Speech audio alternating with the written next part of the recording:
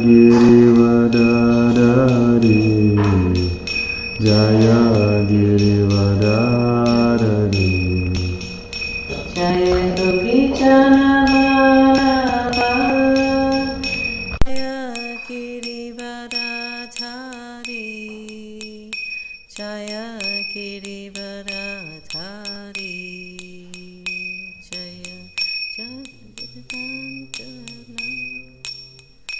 Jaya Girivadadari Jaya Girivadadari Jaya Jasodanandana Jaya Pajajanaranjana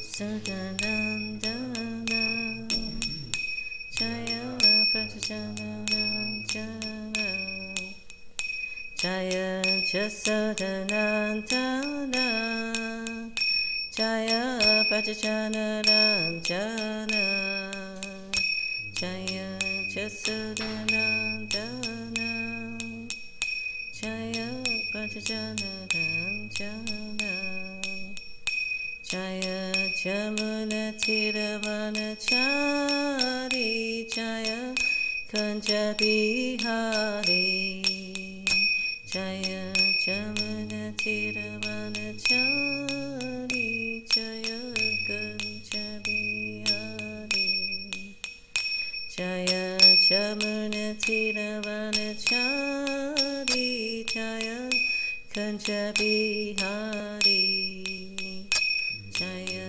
Jamuna Tiravanachari Jaya Kunja Bihari Shishiko Nitai Mai Prashasti Ki Jai Srila Prabhupada Ki Jai Grantaraj Srimad Bhagavatam Ki Jai ISKCON Guru and Ki Jai. So I read from Srila Prabhupada Lilamrita. This is the 6th volume. The chapter is entitled Chant Hare Krishna and Fight.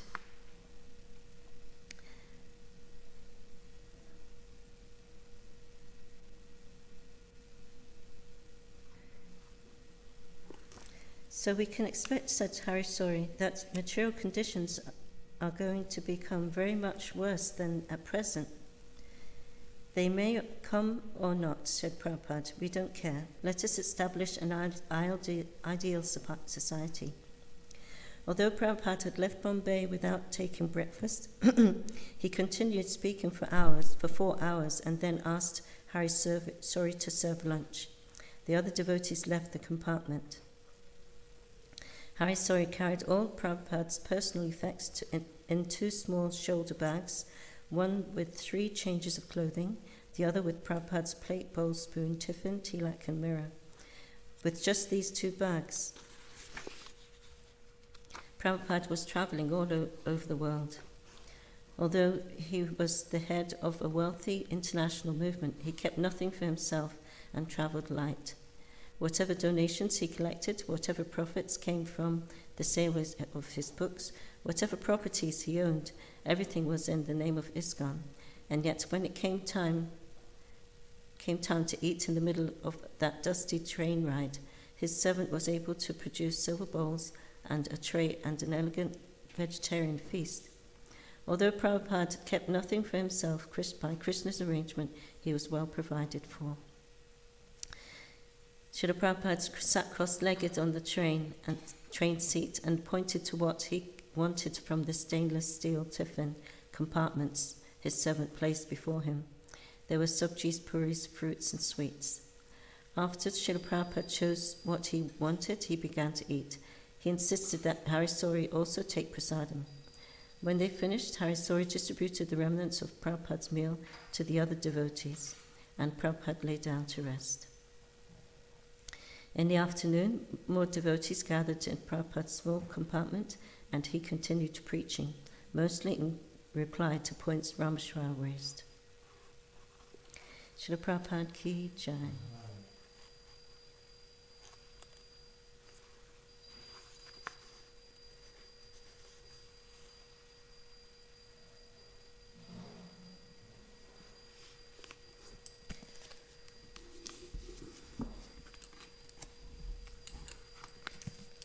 Reading from Srimad Bhagavatam, Canto 5, the creative impetus. And this is chapter 12, entitled Rahugana Converses with Jad Bharat. And we're on text 8.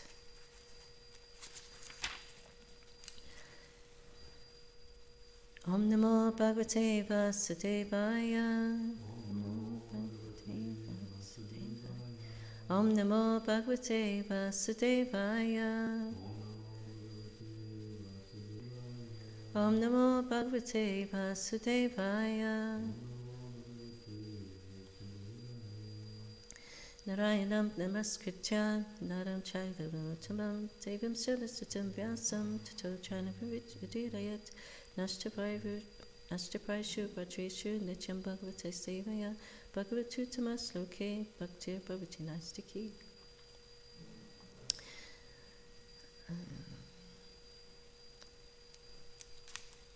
So Yada Shitav Eva Chara Charasya Yada Shitav Eva Chara Charasya Vidama Nishtam Prabhavam Cha Nityam Vidama Nishtam Prabhavam Cha Nityam Tanamato Nyat Vyavahara Mulam Tanamato Nyat Vyavahara Mulam Nirupyatam Satkriya Kriyaya Numeyam Nirupyatam Sat Kriyaya Numeyam Yadashitav Eva Chara Charasya Vidamanishtam Prabhavam Nitityam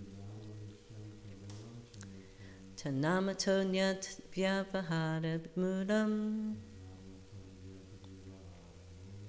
Nirupyatam Sat Kriyaya Numeyam Yadashitav Eva Chara Charasya Vidamutnishtam Prabhavam Chanityam Tanamato Nyat Vyavahara Mulam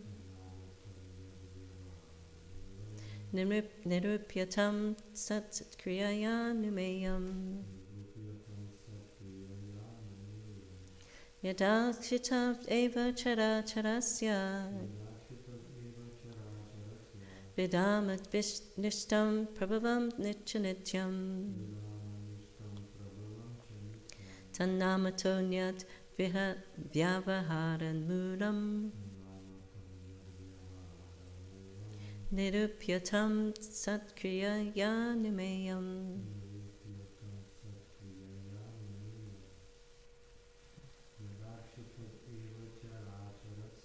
Yadachitav Eva Chara Charasya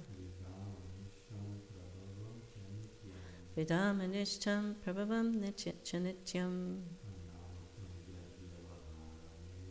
Tanamato Nyat Vyavahara Mulam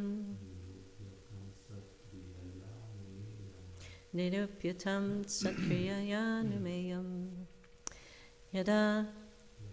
Therefore, Shito in the earth, Eva certainly, Chara Acharasya of different bodies, some moving and some not moving. Vidama, we know. Nishtam, annihilation. Prabhavam, appearance. Cha, and. Nityam, regularly by the principles of nature. Tat, that. Namata, that simply by name. And yet, other. Vyavahara, Muram, cause of material activities. Nirupyatam, let it be as ascertained. Satkriya, by actual employment. Anumayam, to be inferred. Translation. Prabhupada ki jai. All of us on the surface of the earth, surface of the globe, are living entities in different forms. Some of us are moving and some not moving. All of us come into existence, remain for some time, and are annihilated when the body is again mingled with the earth. We are all simply different transformations of the earth. Different bodies and capacities are simply transformation of the earth that exists in name only. For everything grows out of the earth, and when everything is annihilated, it again mingles with the earth. In other words, we are but dust, and we shall be but dust. Everyone can consider this point. In the Brahma Sutra, it is said, Tad ananyatvam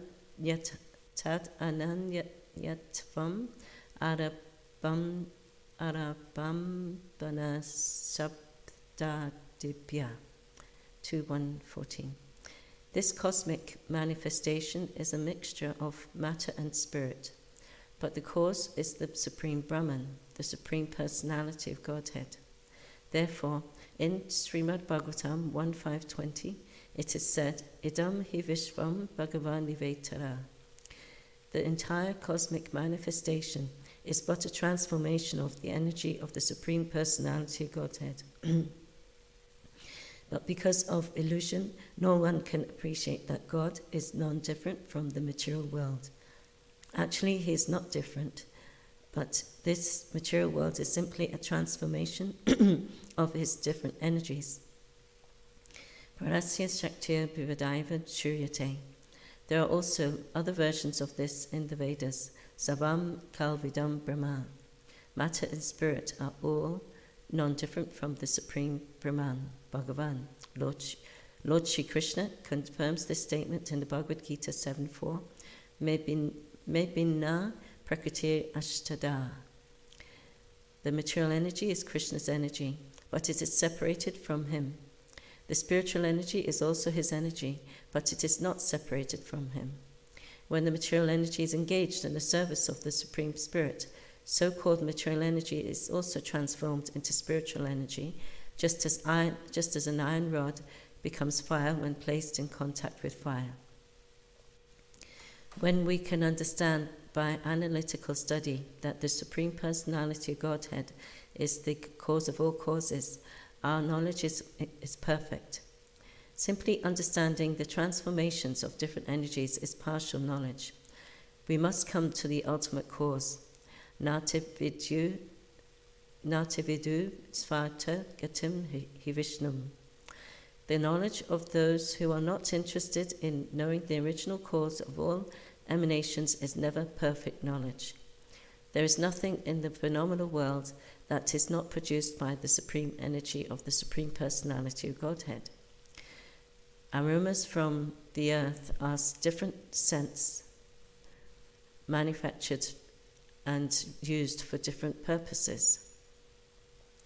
But the original cause is the earth, nothing else.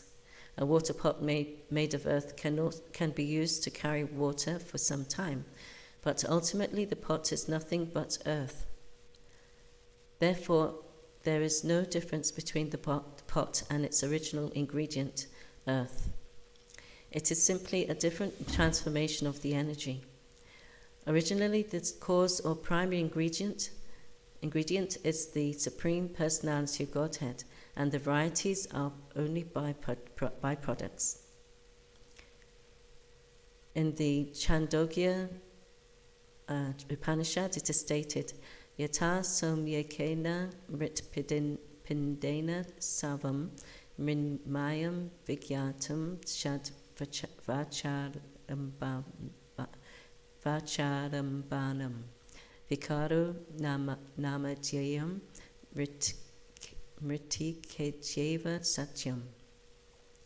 If one studies the earth, he naturally understands the byproducts of the earth. The Vedas therefore enjoin, Yasmin vigate sarvam evam vigatam bhavati.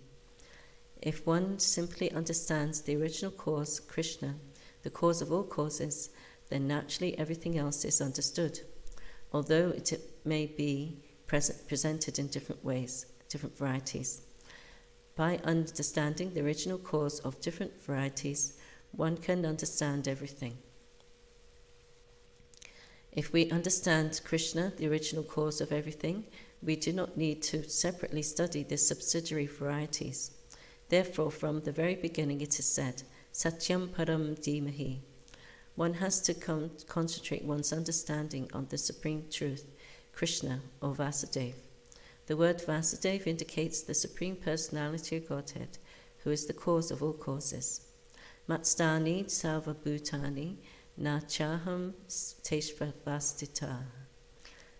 This is a summary of phenomenal and noumenal philosophy. The phenomenal world depends on the noumenal existence. Similarly, everything exists by virtue of the potency of the Supreme Lord, although due to our ignorance, the Supreme Lord is not perceived in everything.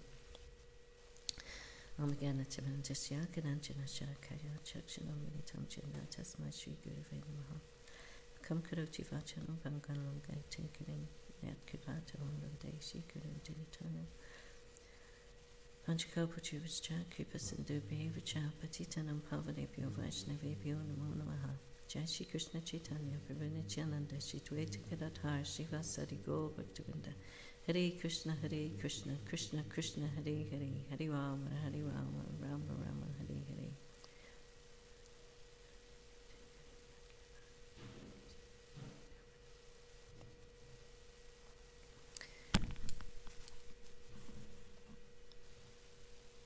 So this is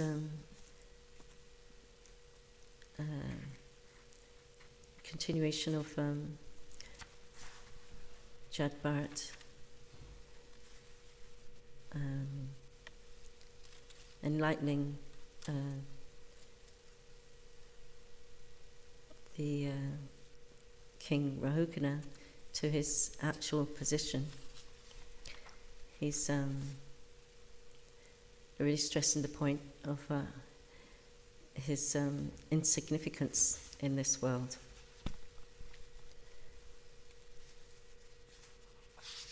That he's an illusion that he's thinking himself the king, acting in such a way as he did. And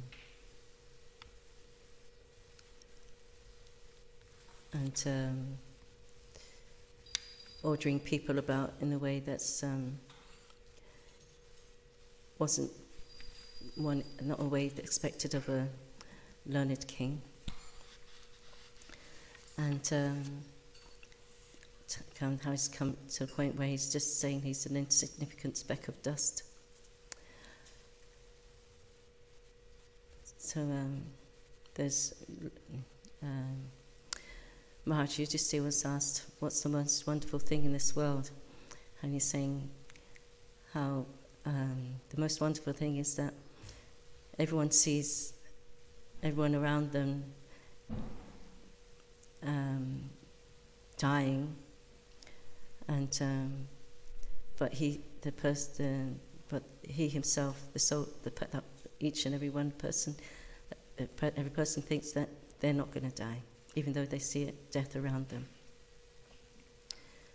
So this is the illusion of the effective illusion of the material energy. What's obvious is not taken very seriously.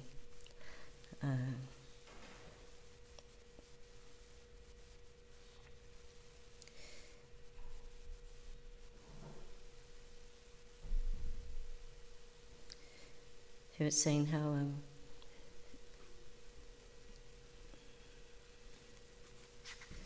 I was saying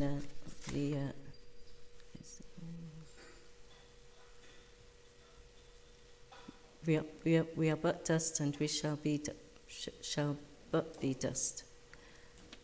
So it reminds one of the biblical saying, dust to dust, ashes to ashes. That the end result of this body is there's three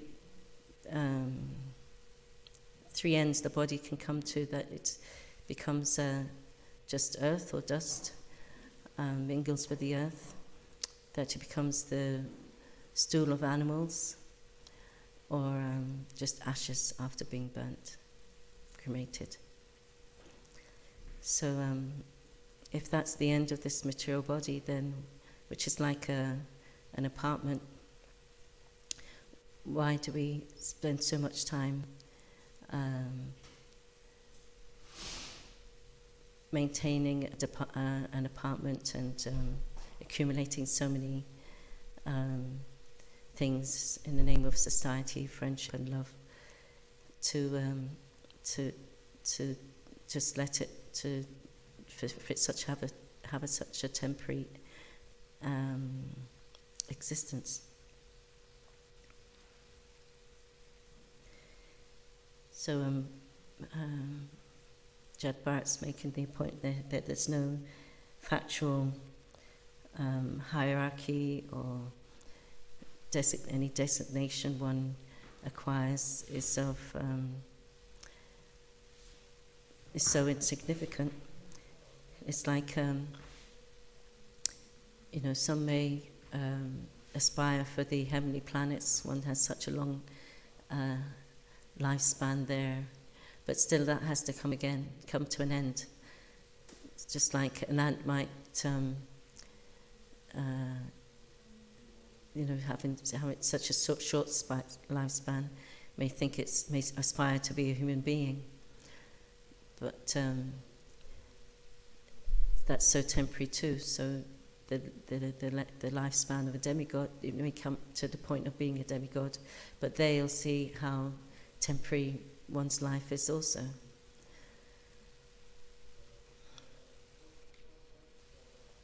So in this way we go through 8,400,000 species of life in a cycle of birth and death, just like a Ferris wheel. Like you see these hamsters running on a wheel, but it's just going nowhere very fast. So that's our position. If we don't know Krishna and how he's behind everything, that number one, then everything else is zero.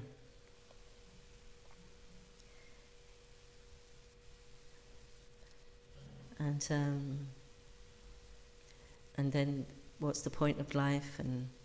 And if see so many horrible things happening and think, well, there is no God. So there's this story of a barber who was and a devotee came to get his hair cut, and he was asking about the existence of God, and saying there is no God, I don't see him anywhere.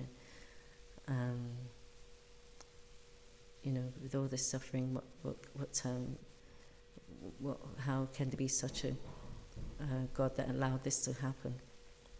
So the devotee didn't say anything, and he left. And then he saw this bearded some person with a long beard and long hair, and he went to the barber.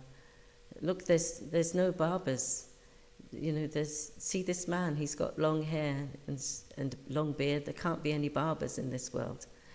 And the barber said, yes, there is. I'm here. He just has to come to me.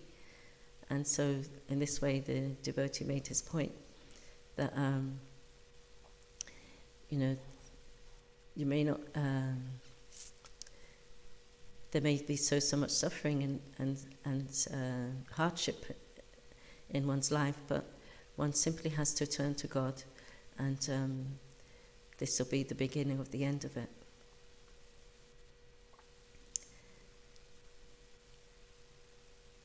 but the living entity so Maya is so strong that she doesn't need any bars in this prison of this material world. She shackles people by their senses and by their attraction to the objects of the senses, and in this way one can go life after life after life, not knowing anything but eating, sleeping, mating and defending, just to die like an animal.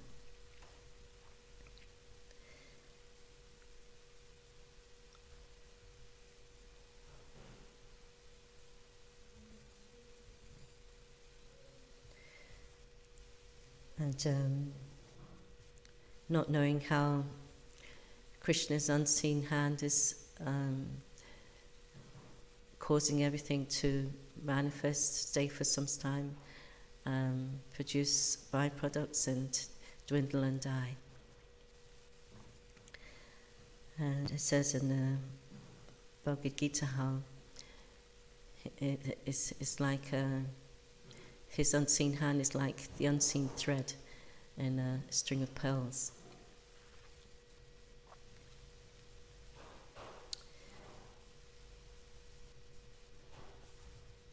So, as mentioned before, the mind can be one's greatest enemy, one's best friend, depending on where we divert it, what we make as our meditation. So if our meditation is simply the objects of the senses, then repeated birth and death is there. And so in any yoga practice, if one wants to turn to God and link with Him, then it's so necessary to control the mind, as if one has reins to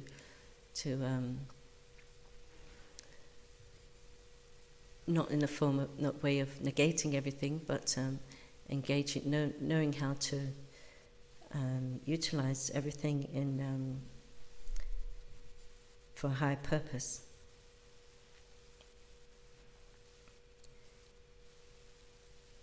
So if it's artificial, then one still remains prey to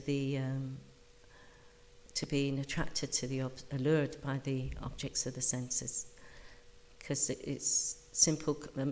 To simply be mechanical, one's practice isn't the way. It may bring some about some self-control, but you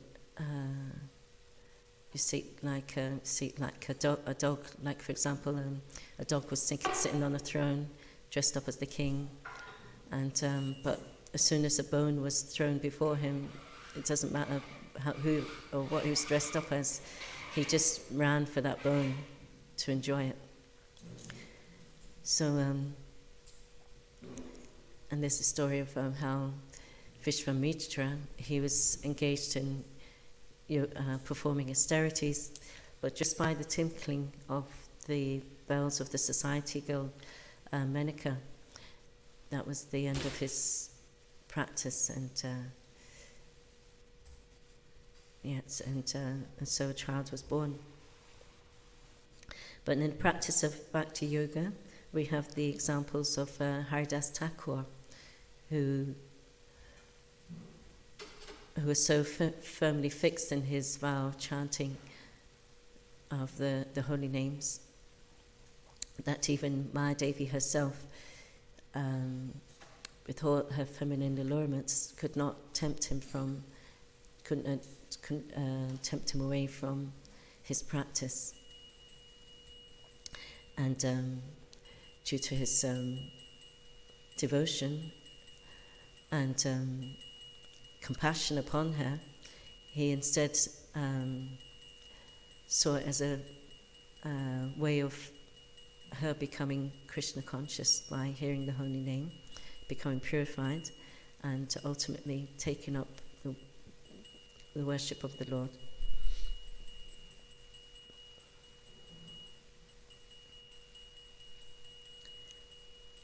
And then we have the highest and topmost devotees of the Lord, the gopis, who didn't mind going, who, when asked for the dust of their lotus feet to cure Krishna's headache,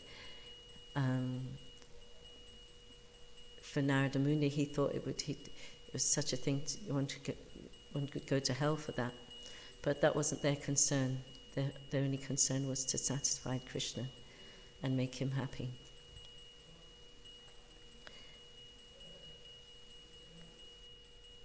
So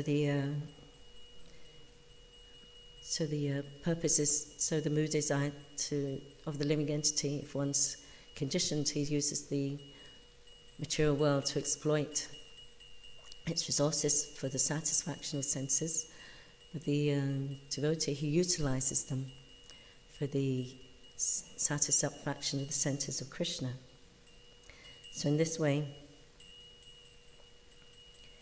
the devotee experiences happiness and excitement in his endeavors to always please the Lord.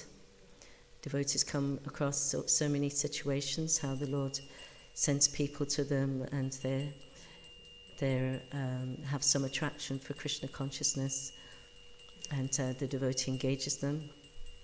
And this is the kind of like the highest bliss for a devotee, to be able to be used as an instrument to engage another soul, to connect another soul with Krishna. But in the mood of exploitation, one thinks oneself the in control and has to endure distress, anxiety at every step because of one's insignificance in this world. What can we do? Everything is happening unseen by the conditioned soul. By whatever he has is due to the arrangement by the Lord according to his karma, whatever he deserves and desires. But still the devotee, he can endure similarly his own karma, or Krishna karma, because Krishna uses it to help the devotee be free from misconceptions, to overcome certain anarthas, unwanted things in the heart that block him in his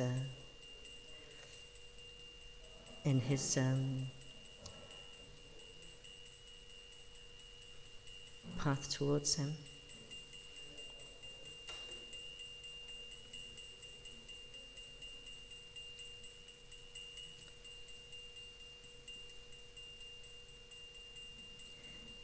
And by endeavouring always to try and remember Krishna and never forget him, this is his meditation, and also in the form of service, he's always trying to think of ways to please him. So the devotee always tries to improve his service, to always try and maintain to come to a high standard of service and maintain it, to in some way engage others in Krishna's service, and in this way the Lord is pleased.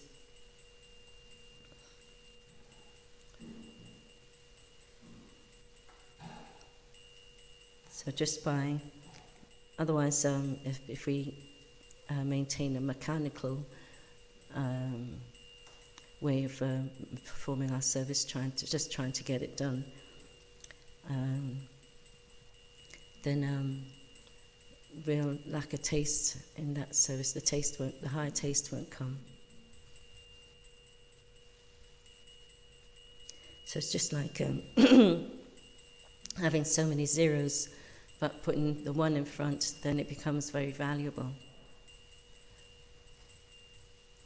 So in this way, remembering Krishna in everything that we do, having him as our goal, and of then it gives quality to whatever we do.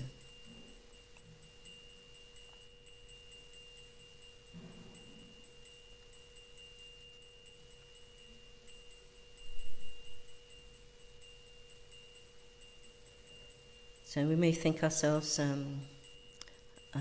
unqualified in so many ways, or unworthy of Krishna's mercy. But he's always there to maintain us, to provide for us, to protect us. The more we surrender to him. The more as they surrender unto me, I reward them accordingly. So when we go through difficult times, Krishna, there's that phrase of footprints in the sand.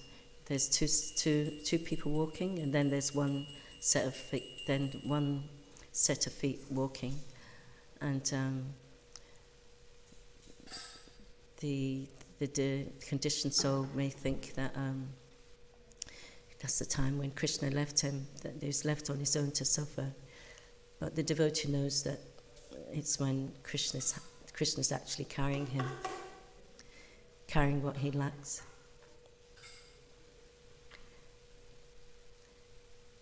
And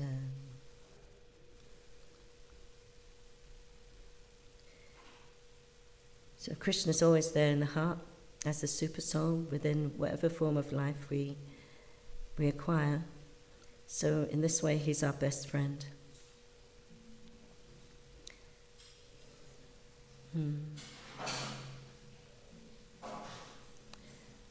I heard a nice thing yesterday, or day before, how Krishna loves us as we are.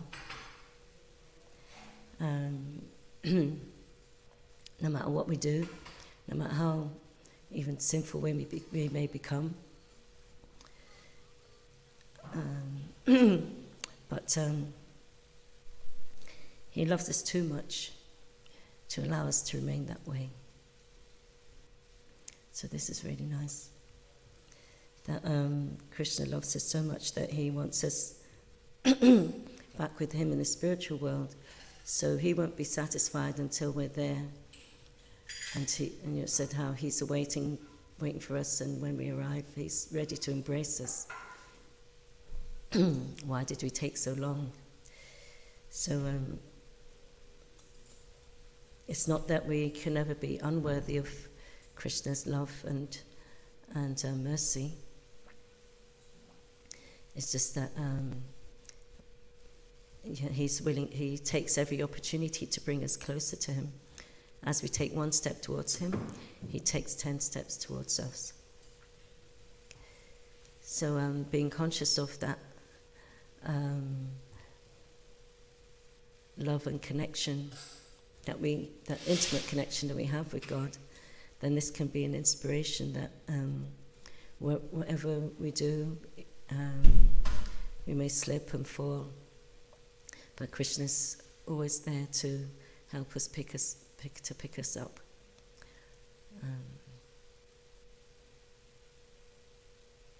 So in this way, we can always have compassion for every living entity, be a carrier of Krishna's compassion, and in this way have confidence, determination, and patience for ourselves and as well as others.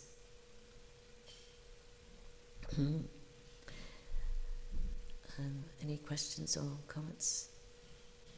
So one of the nice comment says, once we begin to realize the material energy is actually Krishna, our struggles and suffering seem so much less and easier to deal with. He's helping us to turn to him. He wants to see how much we are willing to fight for him. that's a very nice point. So Krishna, he he relishes our struggles to go back to him. He finds it very endearing, and it comes to a point where we may feel that we may go through difficult times, and it comes to a point where we can't take any more, and that point he comes in. You know, he's always that safety net. So thank you, Laura. Another comment and question, I guess.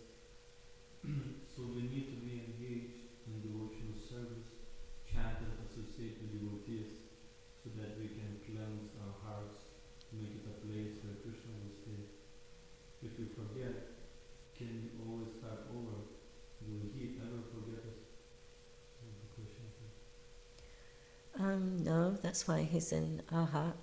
He's never come to a point where he jumps out thinking, oh, this is a lost cause. And we're never a lost cause to Krishna. That's saying how Krishna loves us as we are. He'll always love us, whatever we become. But he loves us too much to allow us to remain that way.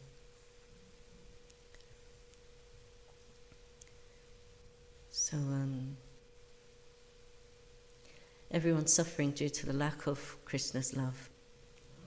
The love of Krishna is so great that when one experiences that prema, then one's in the highest ecstasy.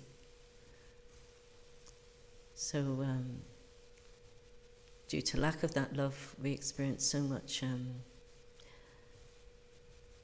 distress, anxiety, repression, which inhibitions,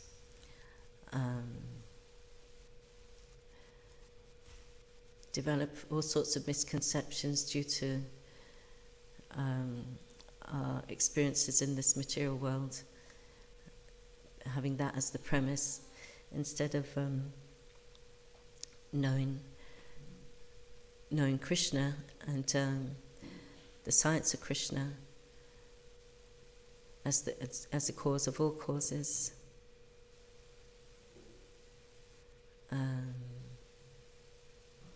And then we don't have to wonder about anything.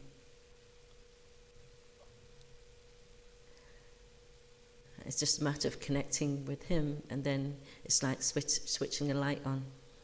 And it's like, as Laura says, how things that seem easier to manage or endure with that connection of Krishna. It's just like, because without the light, we're in the darkness, we're groping around, we don't know if we're going to fall into a hole or bump into something or cut ourselves. So, in this way, it's a state, puts us in a state of fear. And so to overcome that fear, we may try to lord it over and try and control the material energy in so many ways. And this just puts us further into the complicated meshes of material existence, just like being in a spider's web. You just become more entangled with every movement we make. Whereas with and when one may develop a misunderstanding based on such experiences, so one can never come to the right conclusion. Whereas if one hears about Krishna from the right source, then it's like putting a light on. One can see things as they are, and how Krishna's behind everything, and that we may find ourselves in the most dangerous situation, but just by calling on Krishna, then we can experience immediate peace, and to feel that protection. And this is our this is our position, that we're subordinate, that we're dependent. And so as soon as we try to be independent, then all sorts of problems can be there, subtly and grossly, to entangle us further in this material world. So the more we are aware of our dependence on Krishna, that's why a person in knowledge, he's very humble. That's a sign that someone is in real knowledge, that he's humble. He knows his real position in this world and how the laws of nature act, and that there's danger at every step. So he keeps his connection with Krishna very strong in remembering him, praying to him, chanting his holy names, engaging in service at every moment in some way, whether it in his mind or trying to think of ways how to please him, or with his body and words, glorifying the Lord, engaging in his service. So as soon as we come out of that, then we're that mood, that the more we're thinking ourselves independent, or we can do our own thing without any repercussions, then the more we're in ignorance. And so fear and misery will follow, and with everything in this world being temporary. So I think I'll stop there. If there's any questions or other comments. Miss Laura is thinking and saying that she's trying and praying hard not to fall into darkness. Hard not to? Not to fall into darkness. Yeah. Well, the more we're engaged in Krishna's service, then that's our protection. Connected, keeping up that connection. Okay, I'll stop there. Thank you for your attention. Grantharaj Srimad Bhagavatam ki jai, Srila Prabhupada ki jai, ISKCON Guru Vrinda ki jai, Samaveta Bhakta Vrinda ki jai, Nitai Gaur Premanandi.